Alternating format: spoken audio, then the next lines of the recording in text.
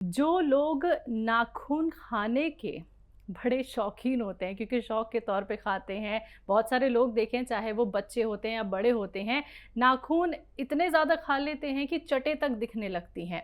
एक तो उन लोगों की ये आदत कैसे छूटे, और दूसरी चीज़, एक कान को साफ रखना बेहद ज़रूरी है।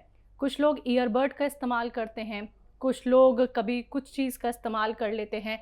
तो ये जो तरह तरह की चीज़ें कान को साफ करने के लिए इस्तेमाल की जाती हैं, तो क्या ये घातक नहीं हो सकती? और कान को साफ रखना क्यों ज़रूरी है?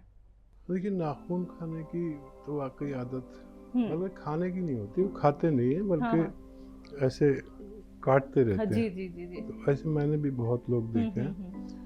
वो बड़ी मुश्किल से वो मैंने अपनी पोती की आदत छुड़ा रहा हूँ। वो उसका इतनी जी, जी। छोटी बच्ची 5 साल की जी। बच्ची ऐसे करती है, तो उसे डरा करके इसमें कीटाणु होते हैं हुँ, हुँ, हुँ, हुँ। और बीमार पड़ जाओगी। और ये भी है कि नाख़ूनों में ही कीटाणु होते हैं, इसलिए हाथ धोने की भी सिफ़ारिश करते हैं कि खाने से पहले हाथ धो लें, कई बार हाथ धोएँ।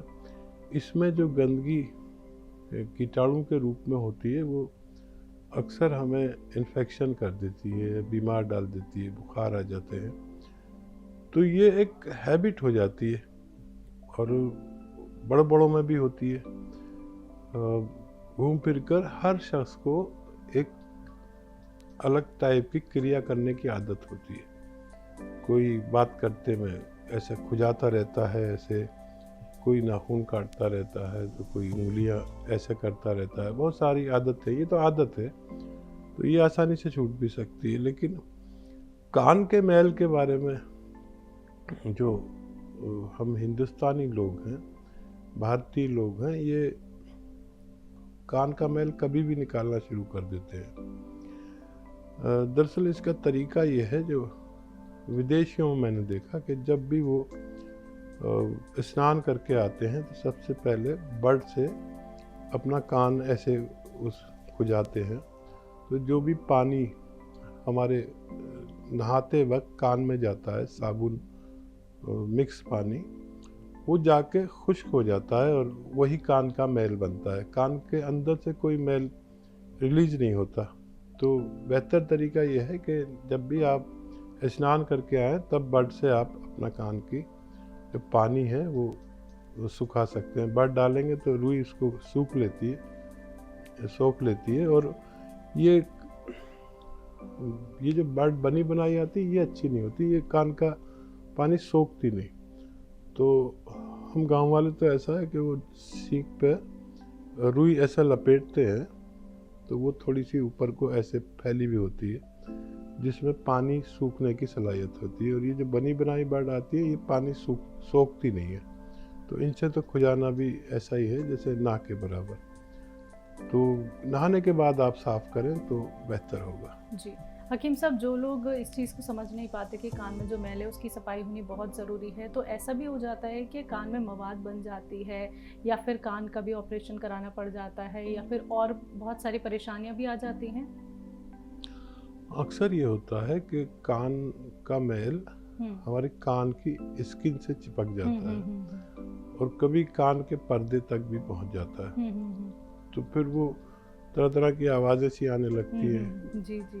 तो तब आदमी सोचता है, अरे मेरे कान में वो है। तो कुछ लोग तेल डाल लेते हैं, एक दो कतरा तेल डाल के और कान ऐसे कर लेते हैं, तो वो वहाँ तक तेल पहुँच जाता है।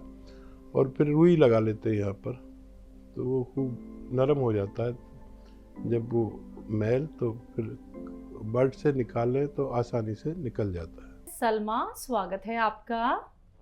अस्सलाम वालेकुम हकीम साहब। जी, वालेकुम। हेलो। हाँ, मेरे 2 सवाल हैं। बताएँ। पहला एक सवाल है, नमक, ज़ैतून और चिरगोले का गोंद एक साथ ले सकते हैं क्या पानी में रात में सोते समय? ठीक है। हाँ, और एक सवाल है सर मेरा, मैं यक्सिर मंगाई क्या, मैं ले सकती हूँ क्या सर? वो क्या नुकसान किस होती है चीज़ क्या? के लिए यक्सिर, मँगवाया है? मैं तकलीफ सीने में हो रही थी, उसके लिए मंगाई हूँ, मैं बात करी हूँ। क्या यक्सिर ले सकती हूँ क्या सर? नमक ज़ैतून ही ले सकती हूँ सर? मेरे पास यक्सिर है सर। और देखिए, नमक, ज़ैतून और गौंसिया एक साथ ले सकते हैं दिन में 2 वक्त। और अगर एस्केयर लें तो फिर गौंसिया नहीं ले सकते उस वक्त, जिस वक्त आप एस केयर ले रहे हैं। तो इस बात का ख्याल रखें कि गौन सिया और एस केयर कैप्सूल एक साथ लेना मना है। जी। और नमक जैतून और चिलगोज़ा क्या एक साथ लिया जा सकता है? हाँ, नमक जैतून और चिलगोज़ा आप एक साथ ले सकते हैं। सुनीता जी, स्वागत है आपका। नमस्कार मैडम। नमस्कार मैम। हाँ जी मैडम, मेरे 3-4 सवाल है मैडम। जी बताएं। कि हमारे यहाँ एक बुजुर्ग है मैडम, 70 साल के। तो उनको पैरालाइज है, तो वो ना चेयर पे रहते हैं और वो उठ नहीं पाते हैं, तो चल नहीं पाते हैं, हम टॉयलेट वगैरह भी ऐसे जाते हैं। तो जी। क्या वो जैतून का सिरका और जो आपकी ये लहसुन अदरक वगैरह से क्या वो ठीक हो सकते हैं, या वो लाठी लेके चल सकते हैं? ये मेरा पहला सवाल है मैडम। और दूसरा सवाल है मैडम कि जैसे डायबिटीज है, जिसको डायबिटीज होती है मैडम, उनको भी पेशाब की बहुत शिकायत होती है, और नहीं है उसको भी होती है। तो इसका क्या रीजन है मैडम? जैसे हकीम जी या किसी को चिलगोजा, किसी को अलसी और अश्वगंधा बताते हैं मैडम, क्या एक उम्र के हिसाब से बताते हैं मैडम, या ये कोई भी ले सकता है मैडम? और क्या शुगर में मीठा खाया जा सकता है मैडम? क्या चिलगोज़ा? हाँ जी, हाँ जी। अच्छा ये बताइए, जिन्हें बार बार यूरिन आता है, क्या उनका टेस्ट आपने करवा दिया है? क्या उनको डायबिटीज की समस्या नहीं आई है? डायबिटीज की कोई समस्या नहीं है मैडम। चलिए ठीक है। उम्र कितनी है उनकी? उनके 52 है मैडम। ठीक है। और तीसरा सवाल है मैडम, जो ये हकीम जी ने बताया मैडम कि ये, और आपसे ने एक बार बताया था कि घुमड़ी है तो मेरी गुड़िया की कान भी झड़ जाएगी सर, तो वो झड़ नहीं रही, तो क्या मैं ये जो आप बताते हैं सोडा और ये चूना मैं यूज कर सकती हूँ मेरी गुड़िया के लिए? किस चीज और के लिए? सर एक मैम मुझे घर में मैम एक सेकेंड, किस चीज के लिए इस्तेमाल करवा रही हैं आप अपनी गुड़िया को? मैडम उनकी ना घुमड़ी है, कान में ना घुमड़ी से निकल आई है मैडम, तो वो ना क्या चूना और कास्टिक सोडा में यूज कर सकती हूँ? कहाँ पे निकली है? कान पे, कान के कान ऊपर के पास? हाँ जी, हाँ जी सर। और चौथा सवाल है सर, कोई एक बढ़िया सा काजल मैडम। हाँ जी, मेरी गुड़िया की उम्र 22 साल की है मैडम। ठीक है। और मैडम एक काजल बताने, कोई मुझे अच्छा सा कीमती सी काजल, जैसे लोग पहले घरों में काजल बताते थे ना मैडम, तो एक ये बताएं। और एक क्या बताना है मैम? काजल काजल काजल, ठीक है। और एक मैम और सवाल है मेरा सर, एक बढ़िया सा कोई विटम बताए मेरी गुड़िया के लिए, विटम घर में कैसे बनाया जाता है? और एक सवाल है मेरा, मीठा आंवला का जो ये नुस्खा है सर, इसको उबालना है या मुझे इसको गर्म मतलब भिगो के रात को रख देना है? बस ये मेरे सवाल है मैम। Thank you madam. आंवला के नुस्खे को आप भिगो कर इस्तेमाल करें, और अगर उबाल भी देंगे तो भी वही बात है।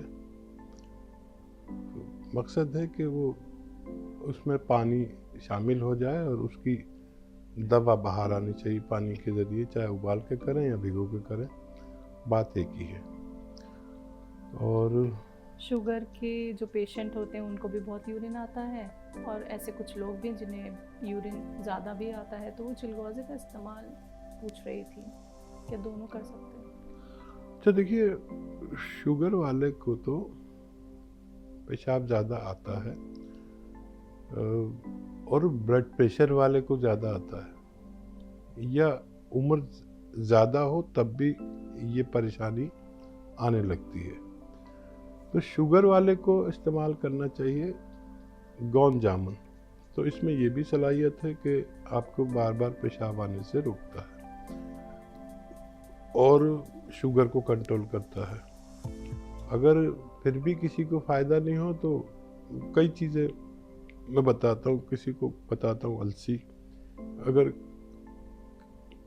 किसी को नुस्खा बनाना है तो अगर किसी को बार बार पेशाब आता है तो 2 चुटकी अलसी, 2 चुटकी लाजवंती और 1 चुटकी गोंद चिलगोज़ा, ये नुस्खा है और ये पेशाब की जाति को रोकता है।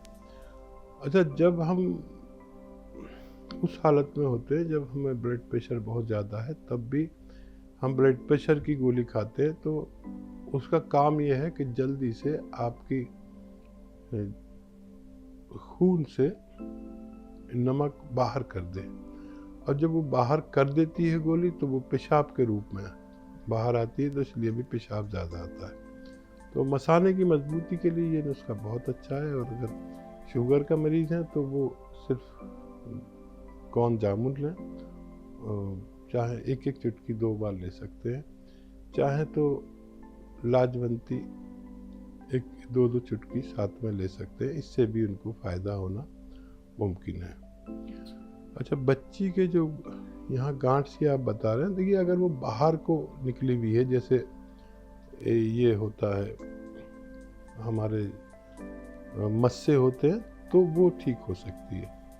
तो उस पर वो सोडा और चूना लगा दें मिलाकर बराबर बराबर, या मार्केट में भी कुछ ऐसे एसिड आते हैं कि आप उस पर लगा दें तो वो सूख के झड़ जाते हैं। जी। काजल? और देखिए काजल तो बहुत मार्केट में बेहिसाब काजल है, लेकिन असल काजल मैं बताता हूँ कि एक पहाड़ है जिसको कोहिनूर कहते हैं, और वो पहाड़ चमकीला पहाड़ होता है, यानी उसका पत्थर काला होता है और वो मार्केट में मिलता है। काफ़ी चमकीला सा काला एक पत्थर आता है। असल में उससे काजल बनना चाहिए। उसको हम शहद में मिला के बहुत खरल करते हैं, इतना खरल करते हैं। आजकल तो खैर मशीनें आ गई, पहले खरल किया जाता था, तो जितना बारीक कर लो इतना ही अच्छा वो काजल होता है। और वैसे भी खरल कर सकते हैं बगैर शहद के भी। तो चाहे काजल बनाना हो चाहे सुरमा बनाना हो, सुरमा बनाना हो तो बगैर शहद के करते हैं, और काजल बनाना हो तो शहद उसमें डाल देते हैं। और शहद भी अच्छा काजल है। अगर आप वो सलाई से में भिगो के ऐसे लगाएं तो शहद अगर असली है तो वो भी अच्छा काजल कहलाता है। आँखों को साफ़ करना मुराद है। आँखों को साफ़ करने के लिए जो मैं अक्सर नुस्खे बताता हूँ, उसमें ये भी बताता हूँ कि एक चावल की बराबर फिटकरी और 100 ग्राम गुलाब जल लेके उसमें ऐसे हिला के मिला लें, ये भी काजल का काम करता है।